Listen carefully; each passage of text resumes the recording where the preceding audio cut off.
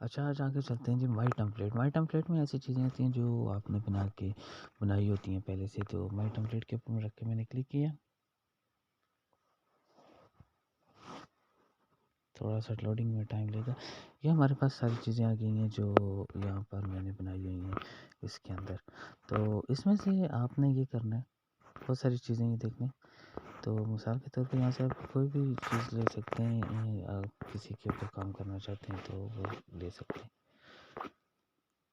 اچھا ہم چاہتے ہیں کہ اسی کے اوپر کام کریں، تو اس کے اوپر کیا آپ نے ایک دفعہ کلک کریں گے تو یہ چیز آ گئی، اس کو سمجھنے کی ضرورت ہے۔ پہلی چیز آ گئی ایڈٹ، دوسری آ گئی ڈپلیکیٹ۔ تو ایڈٹ میں اگر آپ کام کریں گے تو یہ جو پہلے والا بنا ہوا ہے یہ وہی ایڈٹ ہوگا اور وہ ڈیلیٹ ہو جائے گا۔ تو آپ سب سے بہتر اس کے لیے یہی ہے کہ آپ اس کو ڈپلیکیٹ میں لے کے جائیں۔ ڈپلیکیٹ کے اوپر کلک کریں گے تو آپ اس کی نئی فائل بھی بنا لیں گے اور پہلے والی فائل بھی آپ کے پاس پڑی ہوئی گی۔ ڈپلیکیٹ پہ گئے، یہ دیکھیں اب اس کی پہلے والی فائل بھی ہمارے پاس موجود ہے اور یہ فائل دوبارہ ڈپلیکیٹ میں آ گئی۔ تو یہاں پر بھی آپ رکھ کے اس کے اوپر کوئی بھی کام کر سکتے ہیں، اس کے اوپر جو بھی آپ کام کرنا چاہیں۔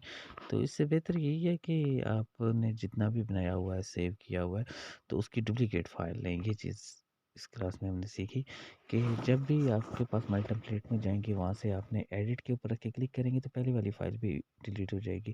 تو آپ ڈپلیکیٹ لیں گے، تھوڑی سی ایم بی کی یا کے بی کی یہ تصویر بنے گی، تو آپ اس کی ڈپلیکیٹ لے کے ایک ایکسٹرا بنا لیں، وہ پہلے والا بیک اپ بھی آپ کے پاس باقی رہے گا، موجود رہے گا وہاں پہ۔